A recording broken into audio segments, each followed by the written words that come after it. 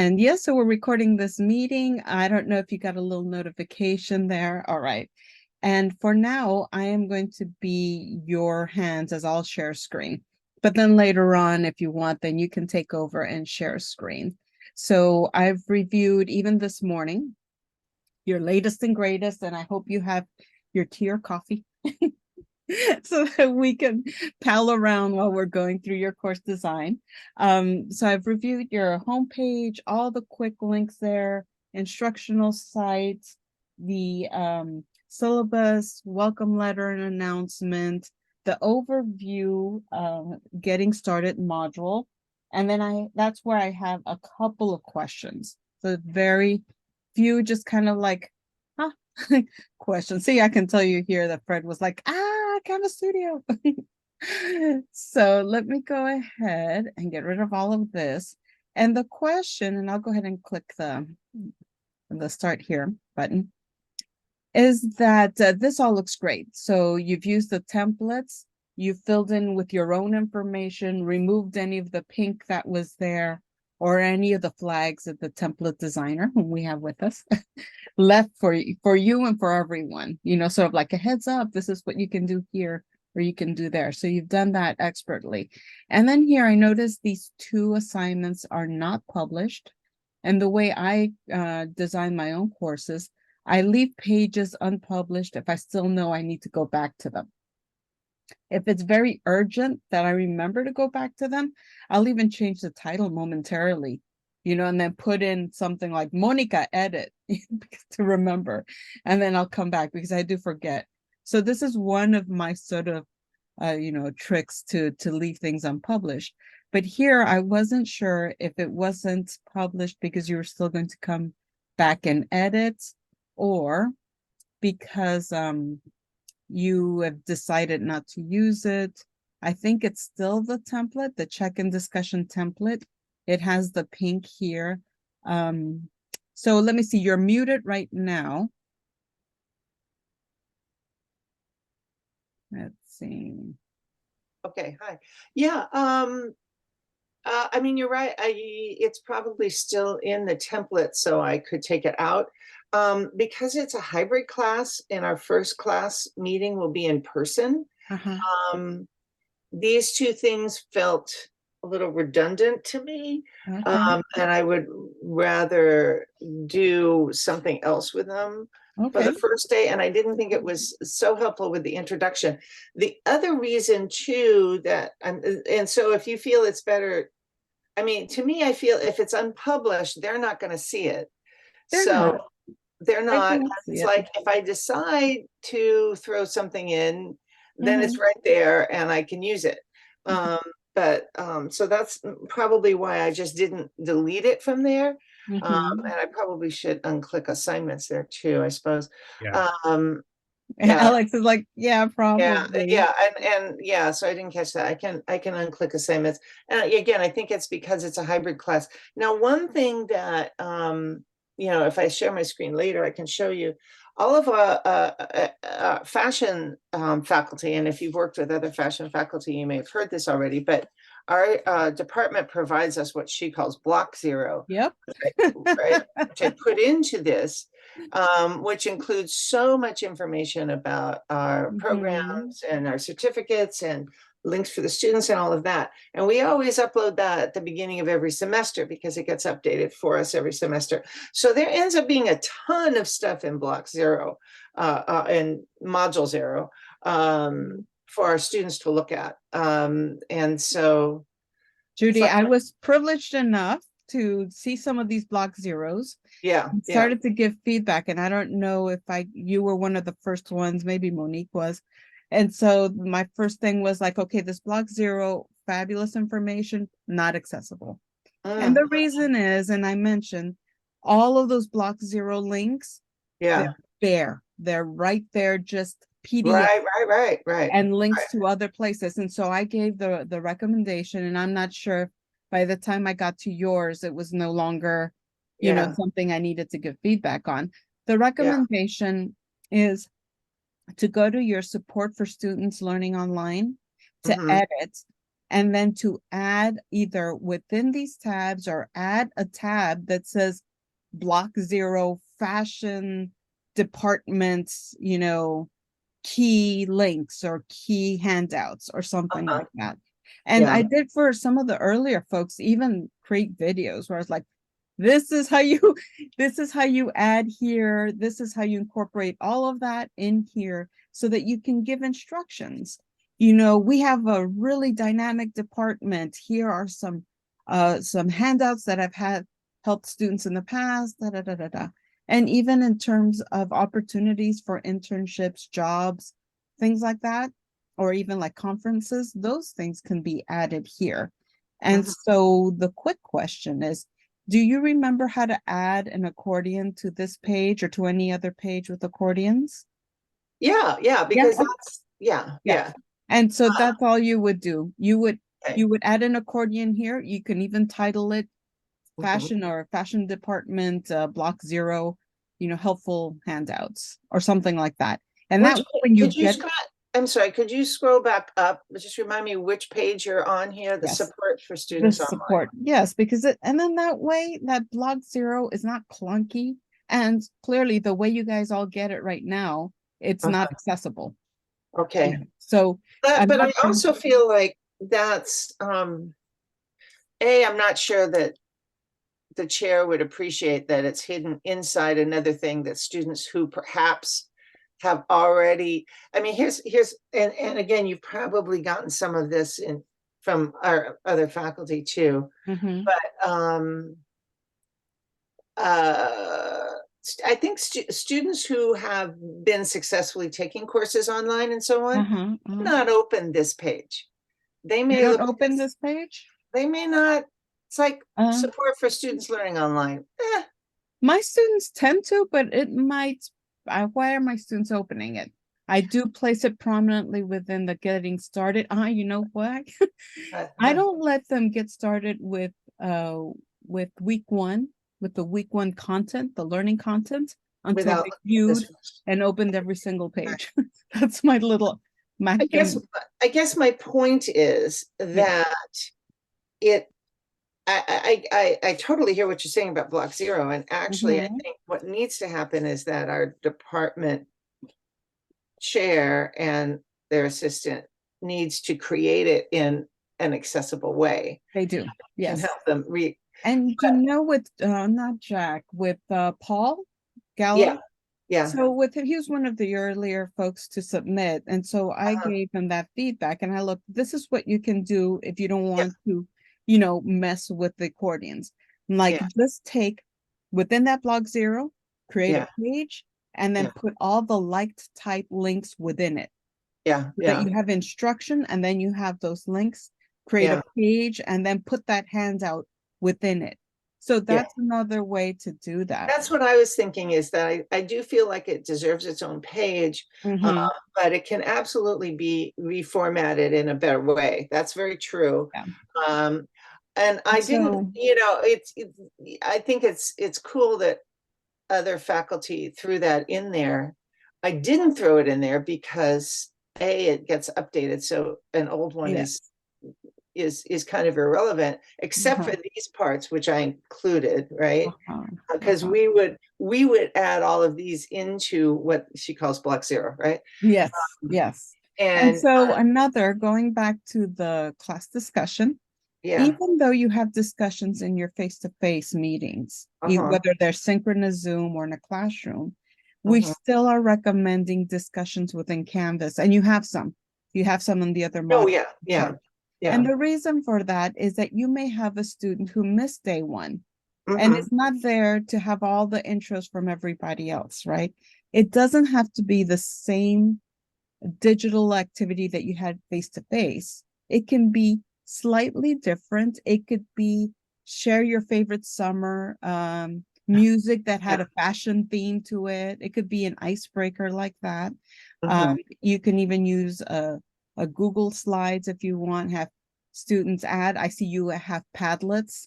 You could have a Padlet icebreaker and then just have them share, like, this is my favorite summer fashion trend or whatever it is, something like that. And if you're not going to use this here, then what we can do is we can just go ahead and put it back over here in your templates. And yeah, because I feel like that Let me would do be, that.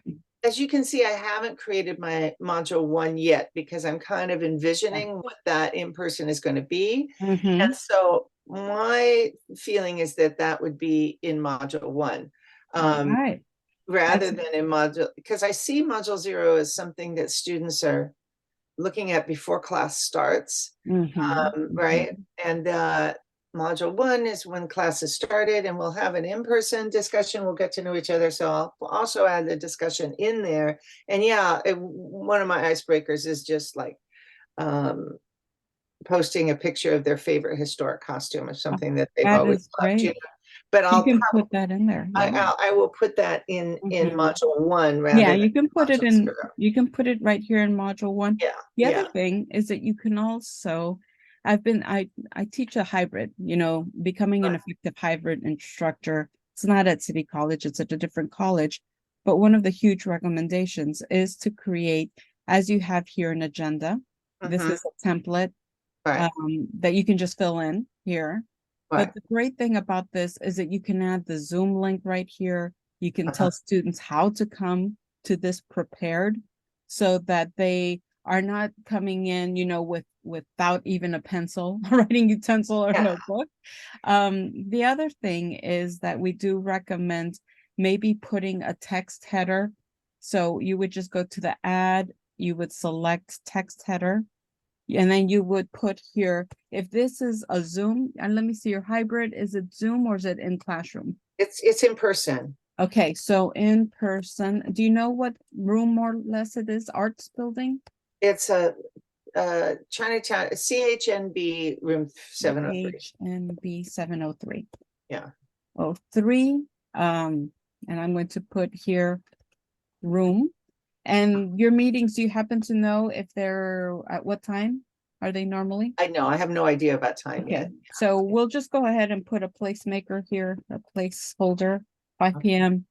And so then this, anything you add will always go to the bottom of the module, but then you can put this in here. As a, okay.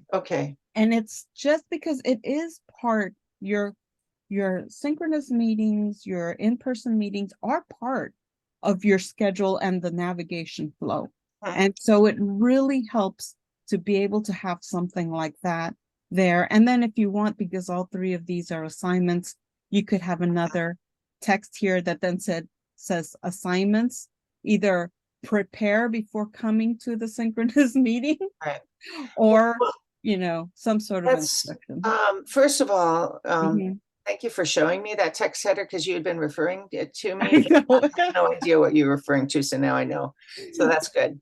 And I will add those because I like that. If you scroll down to, I did include, you probably noticed module 6, Yes, I did see it. which I did on deliberately because it was going to be And one in of my person. in-person classes. So I can clean, I mean, again, you can see I kind of just gave the title there rather than a text header. No, But the title is fine. The text header is just an added visual aid for it's kind of students. nice. I'm all about outlining, but And so before I forget, because there are a couple of things, your quiz here that you have in your orientation here, the classic quiz. Think about the 2-3 questions that students kind of repeatedly ask you the first 2 weeks of class, despite the fact that you've given them that information in the welcome letter, in the support for student learning, in your course policies, and your syllabus, that you've given them that information and they're still asking you. Those 3 questions, they could be, when do you meet with them? You could say, does this course have any in-person meetings? Could be a question. And so what it is, just 3 simple questions that then students are taking them, and then you can check to see who hasn't completed that. And you're like, okay, these are the 3 kids who might need a little bit more guidance. So that's what this is. So consider it.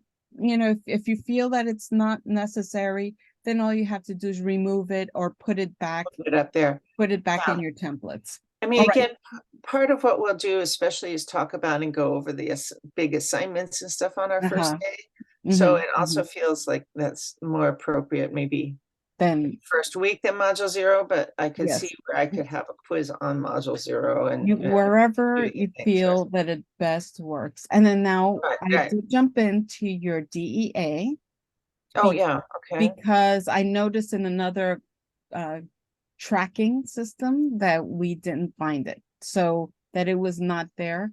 But now I can see, I think, if I'm interpreting this correctly, let me close this down, Mhm. is that that there's this in review. And I think this is your partially online DEA. It looks like let me see, what is this? Fred has already started the review, and that's as of this summer.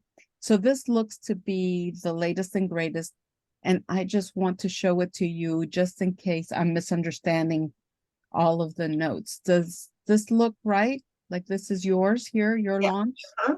Okay, excellent. So we're good there. I can check Yeah. that off the list. This is your instructional site, so really nice.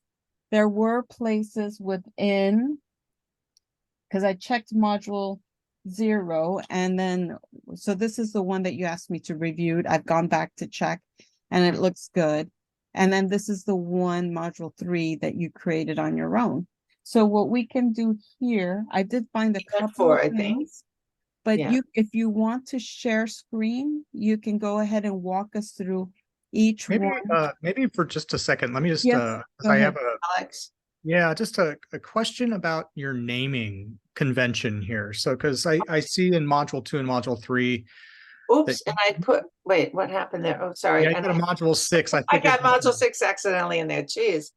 but I'm wondering why That's we're seeing some items start with module 3, some don't have anything about what module that thing is in. And for students, like that definitely the class activity thing. I think that happened. I must have copied and it ended up in the wrong place. Oh, Anyway, I right, so think if you go Rob, down this, so you yeah. got module 3, let's say it's all module 3s, and then you've got an assignment, the golden mean, right? So you no right. longer have module 3. So I'm wondering if you have a reason that you're starting things with module 3 and some things you're not. Like Yeah. that's one question I have. And then like one thing that I know we often recommend here with content is that you have module 3, so you've got a 3 as a starting number, and Yeah. then instead of saying module 3 overview, you could just say 3 or 3.0 overview chapter 3, and the next thing would be 3.1 class activity, 3.2 the ancient Greeks, Right. so thinking of it as more of like a sort of a book or chapter or note system that shows the organization. Because right now you've got 5 items that it's starting with, and there's not a sense of like, does one come before the other? Does it matter what order they're in? Is it just in the order that we're seeing in the module? So that module 3 doesn't give me more information to help establish anything. That's one thing. So I just want to put that out there because I'm not seeing a regular system, right? Which is usually helpful for students. Well, I mean, it's interesting. I see this as a regular system, to be sure. I mean, the reason, but I can certainly improve upon it. I only put, and I think this is in part because of what's blank to fill in and correct on the templates, is that I always, I replace what was in there with module 3, whatever. I could certainly add page numbers. That would take me a long time to get through that. But I can. Oh, no. I'm not recommending page numbers. I mean, where you're going 3.1, 3.2, 3.3, right? That's just something, it gives your students a shorthand to say, I got a question. That one definitely doesn't belong there, and I don't know how that got there. Okay, I was just double checking. That goes to module 6. Yeah, that's in module 6. Okay, we'll push it down then. It is supposed to be in module 6, and I think it may be in module 6, but as you think about renaming, I also want to just make sure that you know about multi-tool. That's a way to rename everything from a single page in Canvas instead of going to each thing, right? No, I do know that. That is. Yeah, see, it's already in module 6. Oh, no, I just pushed it there. I know, but it's like, I don't know how it got copied into module 3, so that was weird.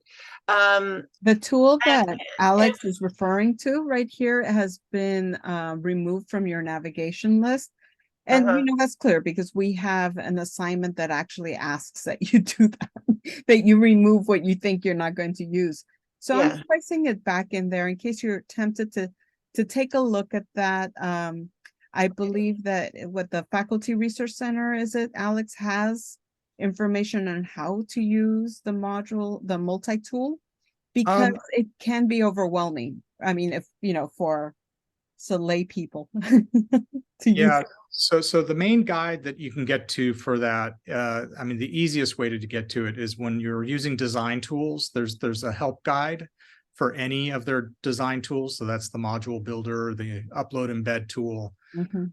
But as far as having this in your course, it's really just for your students aren't going to see it. It's not on the menu for them. So you don't have to worry about removing it as something that your students don't need. It's really something that's just for you, just, you know, as well as rubrics. That's another area where. And it's true. I haven't utilized that. Yeah. So as a time saver. We find that this is a big time saver for a few reasons. So if you click on module builder, there's a few ways in, but you click on module builder, it looks at all of your modules, and then you can open up. Why don't we do expand all? Go ahead and do expand all there. It lists all of the modules, and then you can come in here and rename anything that you want to. And this is really helpful too, because you're developing a course right now. It's easy to find yourself wanting to insert something or delete something, and so, or move something. And so if you've got this numbering system that I'm not saying you have to do that, but if you do that, then we find that having this as a way to adjust it as you're building is a big time saver. Yeah, that makes sense. That makes sense. And so you're able to just make all those changes from here and save it from this one page. And then the other place is the due date modifier. So that's let's go ahead and next to module builder, let's click on the calendar icon. Because every semester, if you're using due dates, it's much easier to come in here and adjust any of the due dates that you have from the previous semester instead of going into each assignment or assessment and then modifying. That's really helpful. That's very helpful. And when, Monica, when you wrote in just a made up time. Yeah. As soon as I saw that, I said, oh crap, because I'll miss that and I'll have to fix that. The made up time. Which is why I have not put anything in. I put dots or something that will catch my eye. Oh, yes, I think I've seen them, underlines, right? So I will remember to put something in there. If there's so I wanted to make, and so, yes, that's going to help, but that's a reason I very deliberately didn't put in wrong information. Right. It's going to have let's to go back later. to that was on,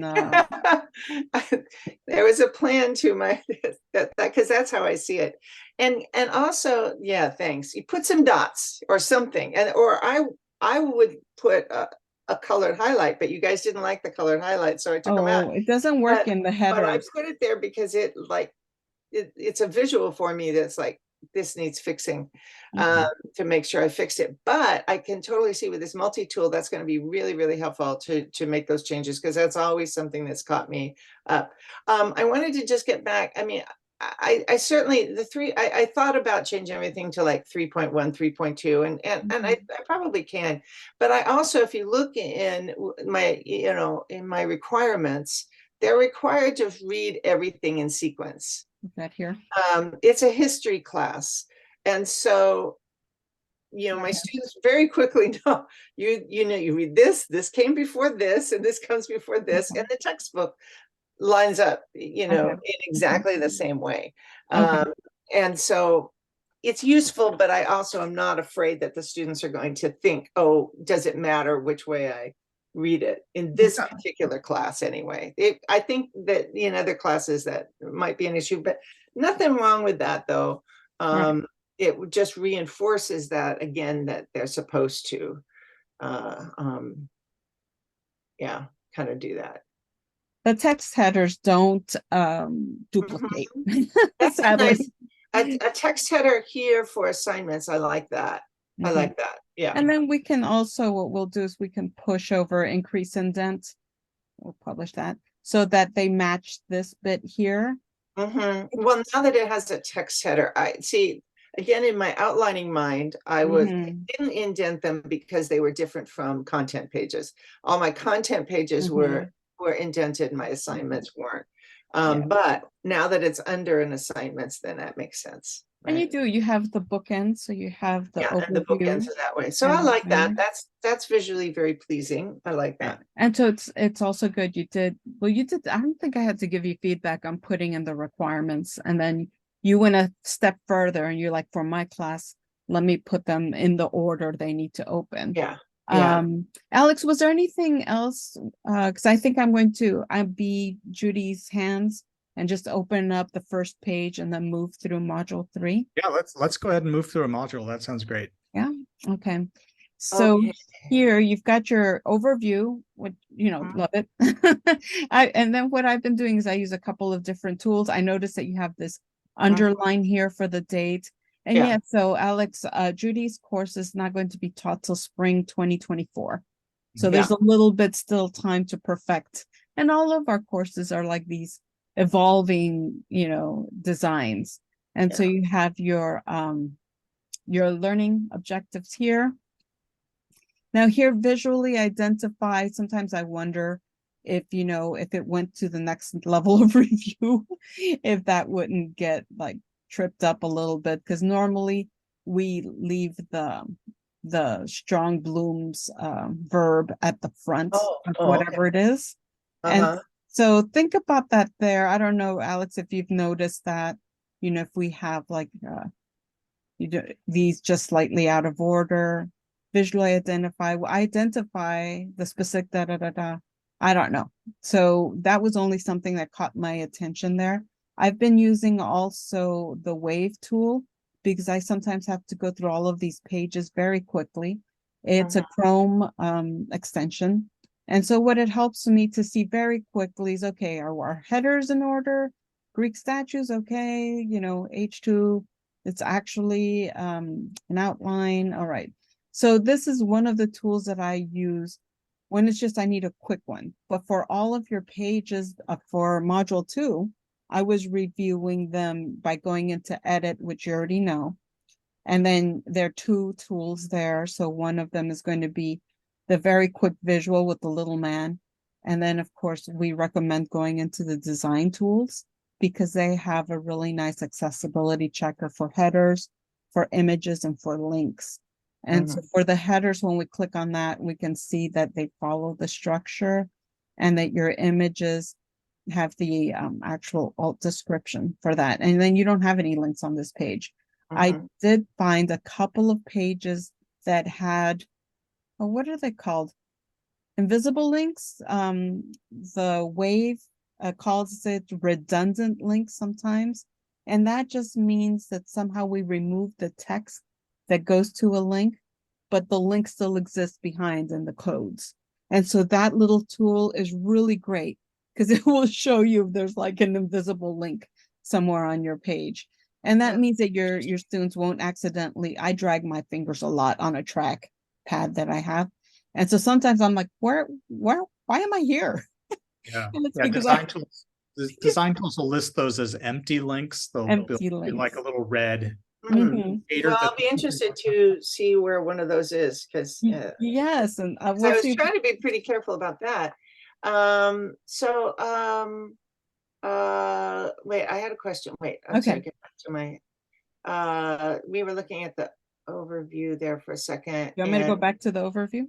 Yes. Oh, I know the thing about visually.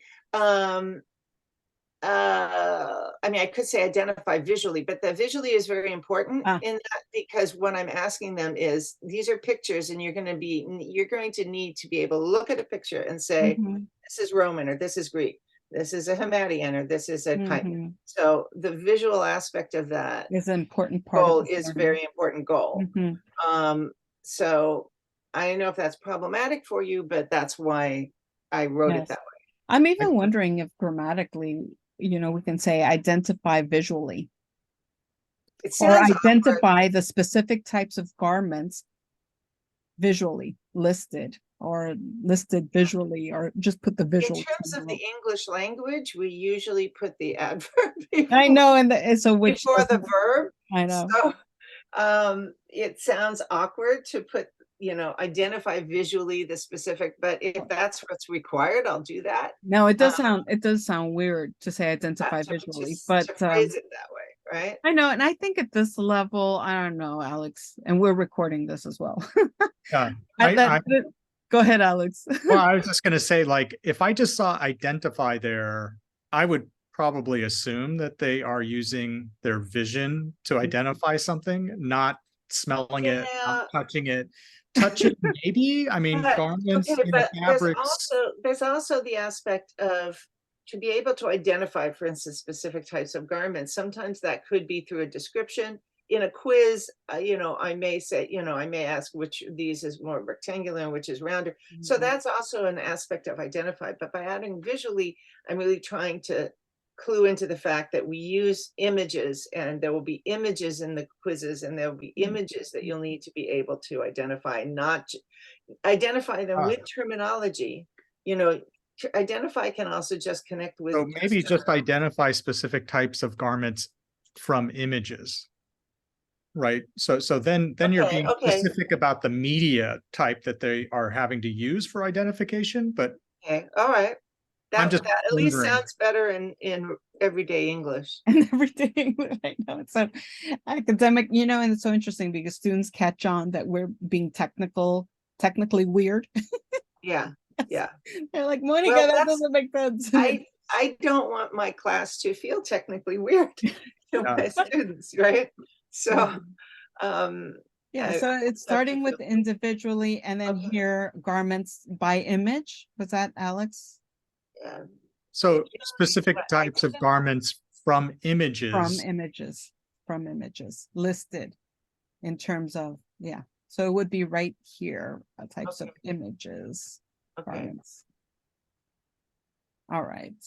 That's just an idea. I mean, I wouldn't have a problem reading it as is. It's just, I like to simplify as much as I can too. Like, I kind of feel like more words, unless they're really creating an extra level of information that the students need to be successful, I'd like to try to get rid of what I can. And sadly, and I've mentioned this numerous times, but we do have some folks who are not really students, but who do sign up for our courses.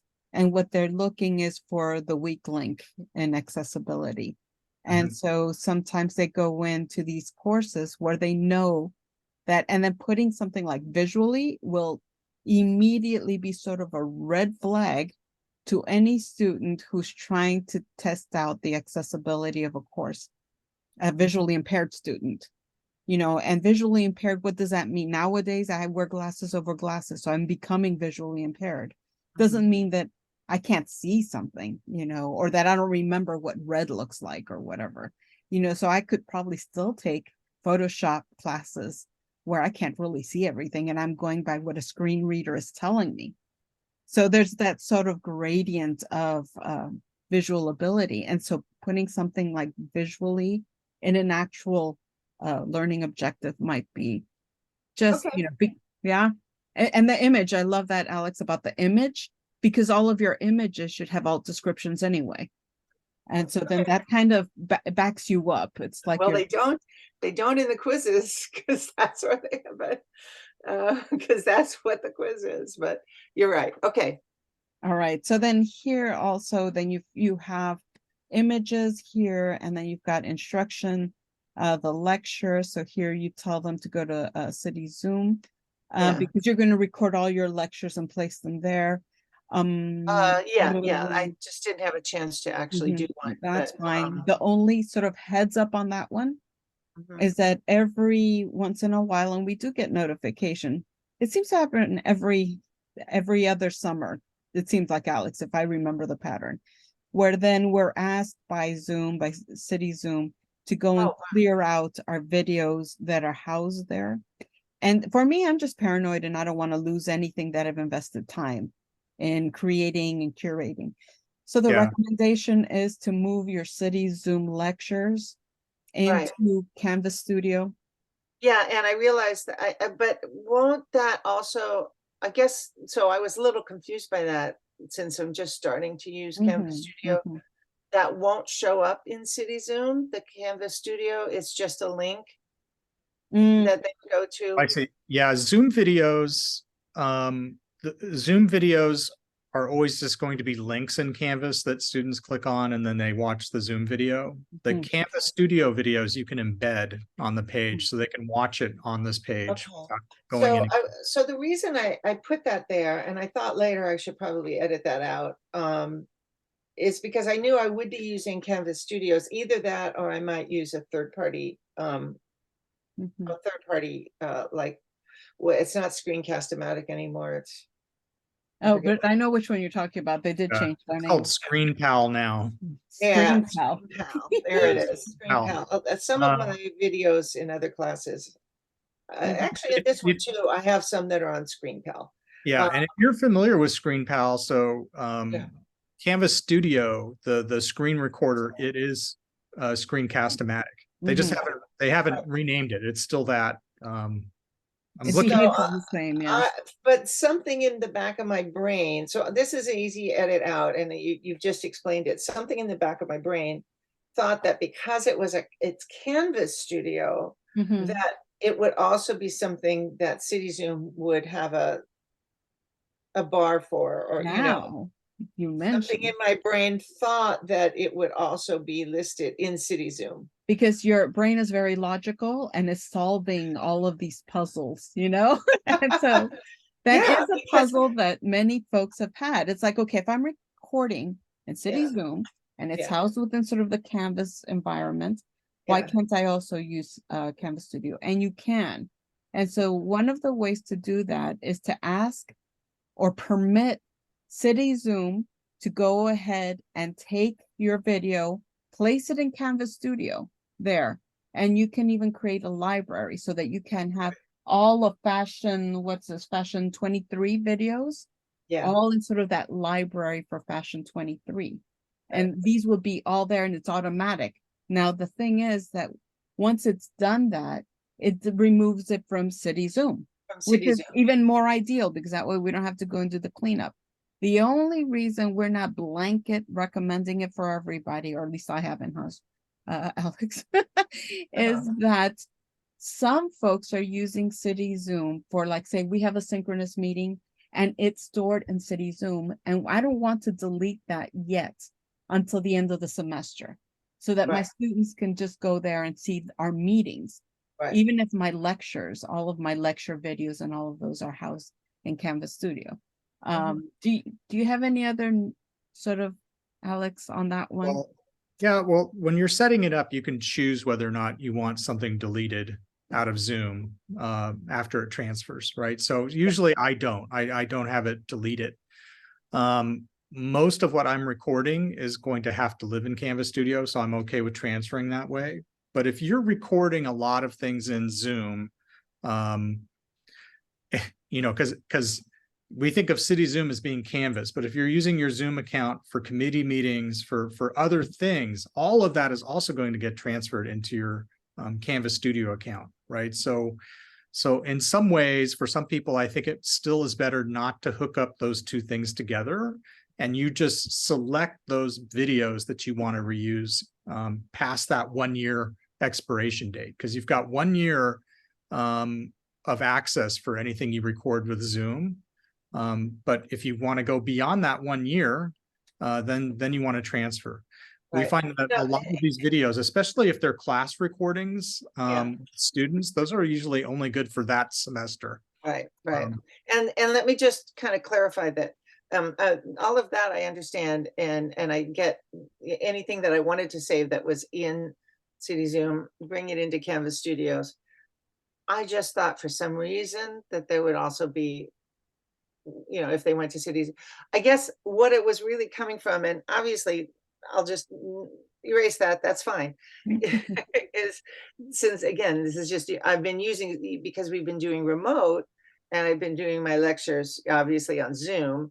Once they moved to what, 2 years ago into City Zoom, it was so awesome because I used to have to go wait till it published, and then I would put a link in each module, it's live now, here it is, here's the link to the previous lecture. And I've had to go through and delete all that from my modules that where, here's where you find your lecture from this week.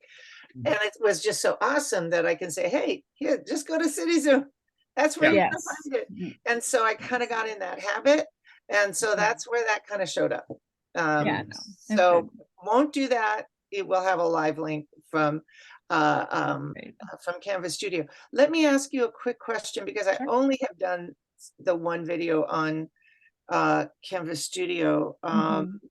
One of the things that I do when I do lectures is that Zoom allows you to do very easily is I switch to my document camera.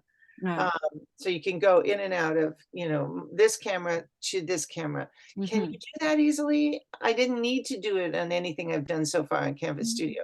Can you do that easily in Canvas Studio? So it's screencast-o-matic again. So yeah, I haven't used that feature. If I'm capturing myself on video and then I want to switch cameras, I haven't tried doing that on the fly. Okay. All right. Well, we'll see how that works then. Yeah, you can see how that works. It could be then, and it might be if it doesn't do it easily, then the option would be recorded in Zoom and then move it to Canvas Studio. Would that be, that would probably be the option, right? And then the biggest thing is that we do recommend placing things in the Canvas pages so that they open or present themselves to the students. Right, like right. That I understand. Yeah, and it's a clickable thing. Even and for you can me. see I left a space for that there, so that's where it will go. Yeah. Okay. And good. so Good. that's just we know that students interact with things better if they can actually see them. Okay. And so here I'm just running take that out. No problem. Yeah. Okay. And so great. And you're using the page chunking, which is really wonderful, with the icons, because it really draws the line down. And so when I run these quick little things here, I can see here that you have this. This is good. Now I have, and then here, this is what this is. Oh, this is just a, hey, heads up. This is a YouTube video. And so that's what it's telling me. So this would be a situation where this YouTube video here, which takes us to YouTube, we'll pause there. We double check the toga is the garment we most associate. Okay, now I don't know why, but I've been playing a lot with my captioning, and so I've got like this pop out synchronous live thingy that pops out whenever I do this, which is really weird. It was worn on civic it has a script. We can see that, yeah, it is. It's a script. We can see that it has, it's not auto-generated, which means that it is accessible. And so the recommendation is, again, to go into, and I'm going through this process just in case I haven't shared this with you, is to go into the share. Let me back up again. So there's this little share arrow right under the video itself. Sometimes I have to scroll up if it cuts off on the bottom of my screen. And then I'm going to click on that white lesser than, greater than symbol on the top left. And it says embed. I go ahead and enable privacy enhanced mode.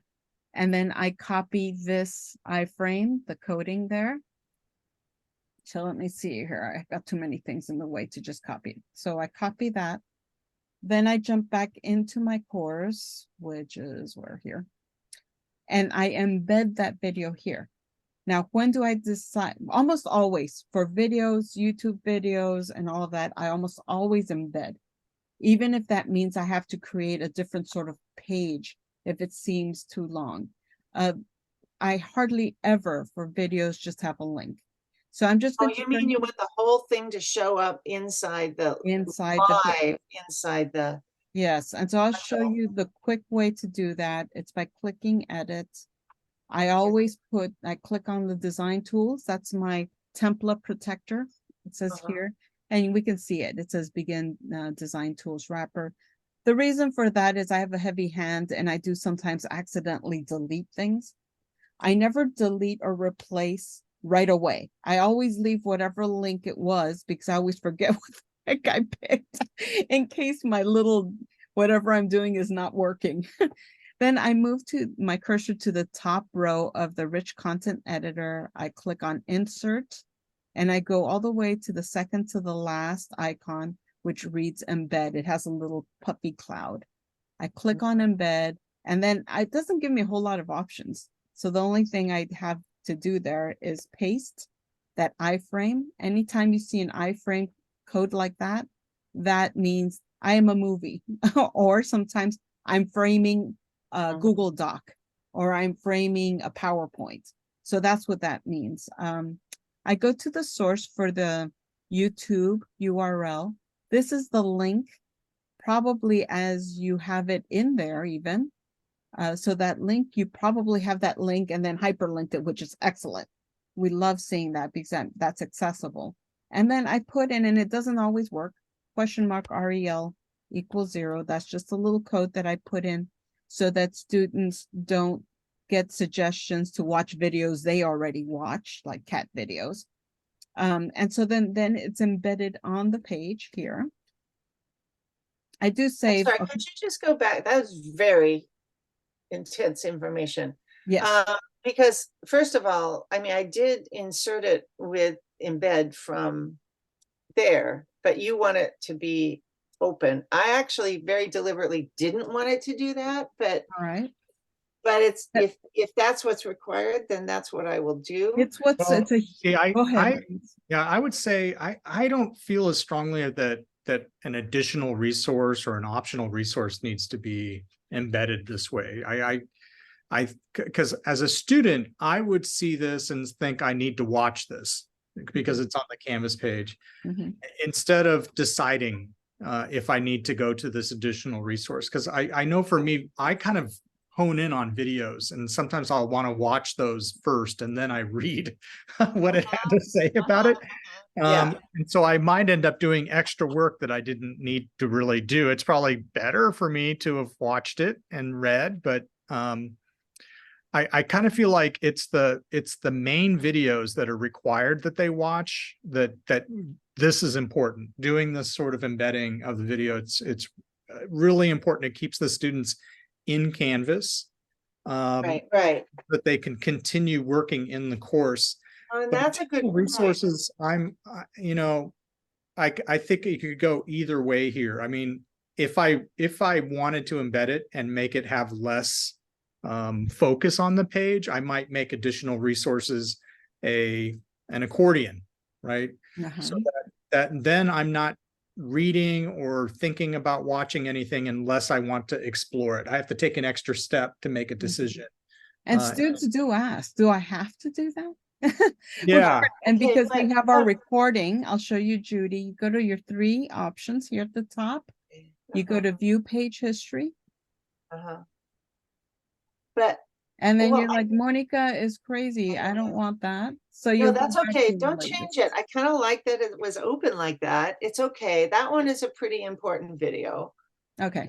They're going to have to reference it later in module 6. Okay. When we actually do this in class. But the coding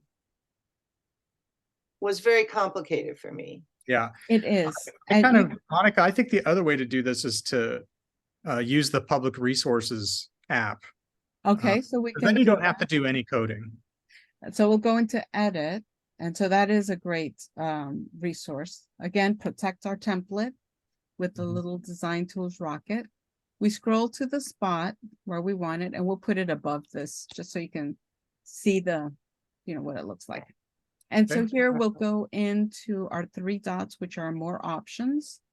We go into our little plug, which is sort of this extensions plug.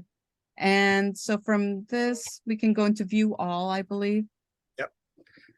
And if you find yourself using this often, you'll have quicker access. It'll be on that first list, but the first time you Okay. have to go here. Let's see, view, public Public resources, right? resources.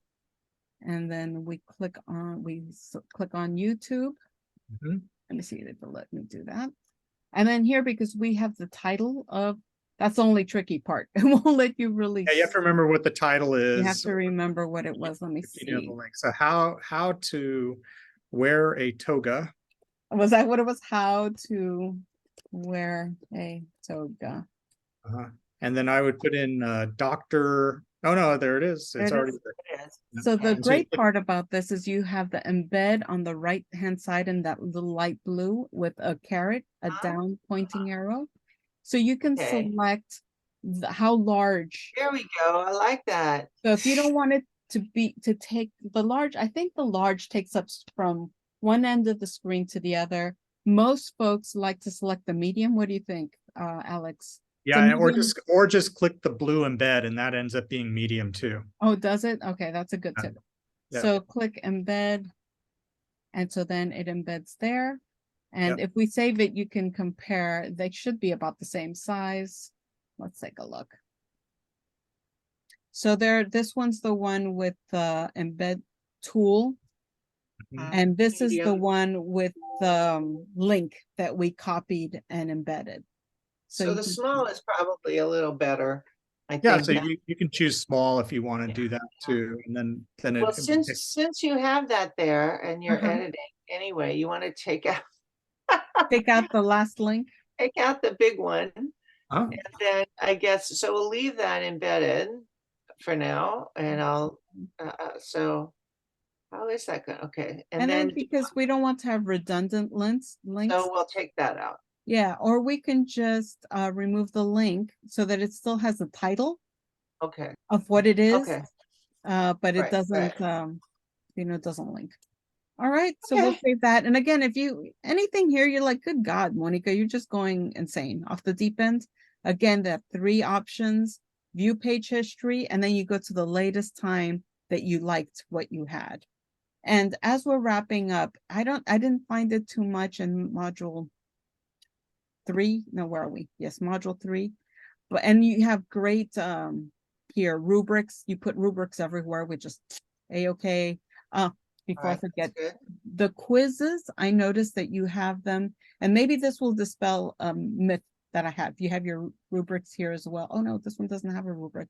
Just as I said, you had a rubric here. This one didn't have a rubric? Yeah, this is the discussion in module 3.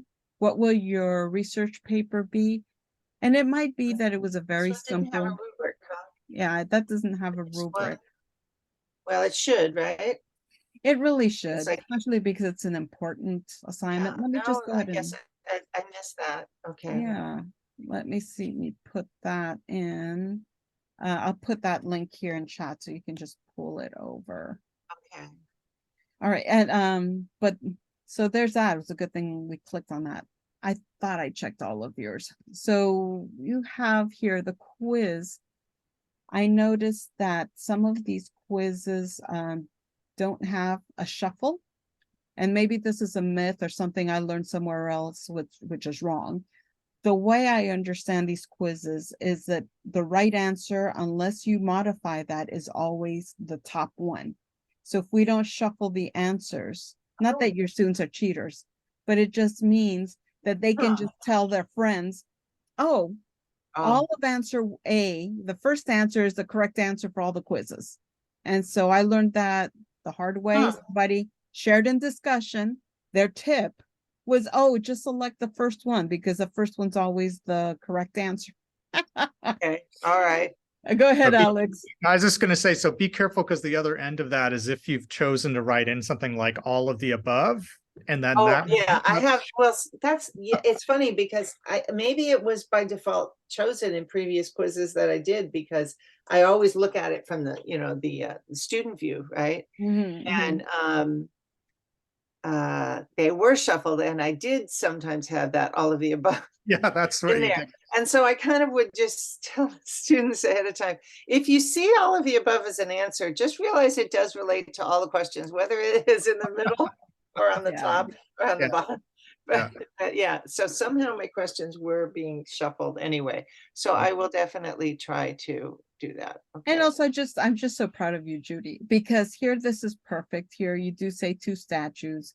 You Yeah. don't say that they're from the Minoan.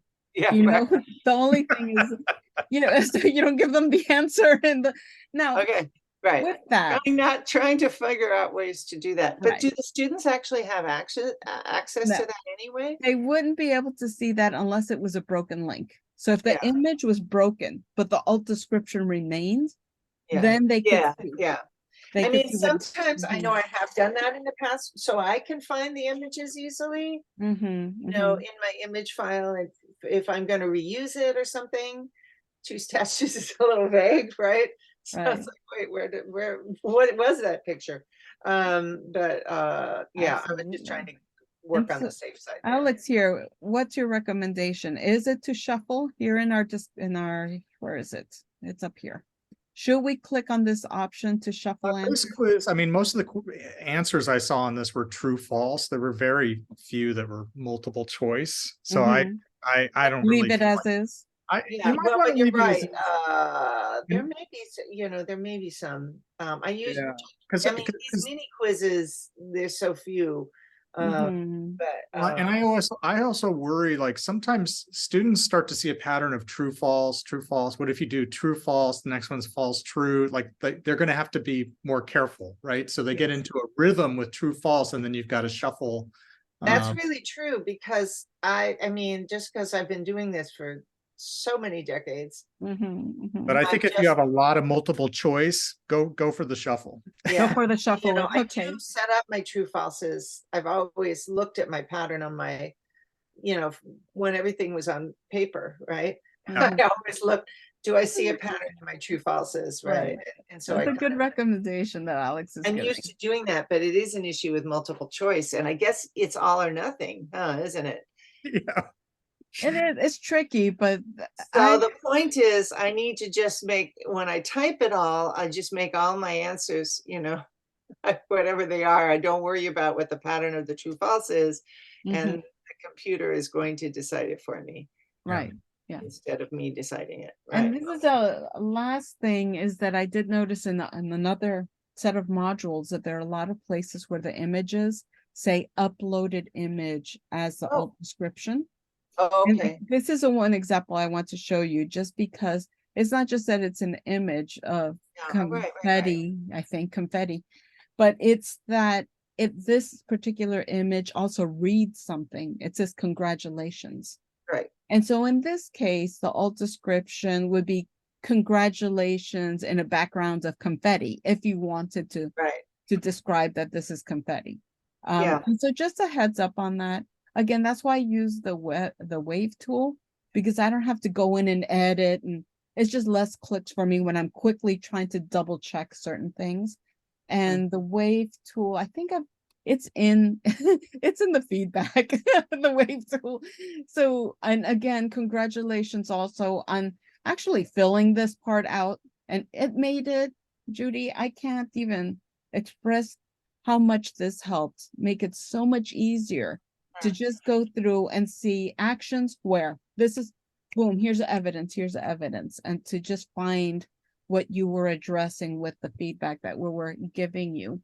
And I know I asked you a lot of questions, but I appreciated it because I seriously, I mean, maybe I just missed reading something. I don't know. No, and but I thought when I first saw that page, all I thought it was your comments on what I had done.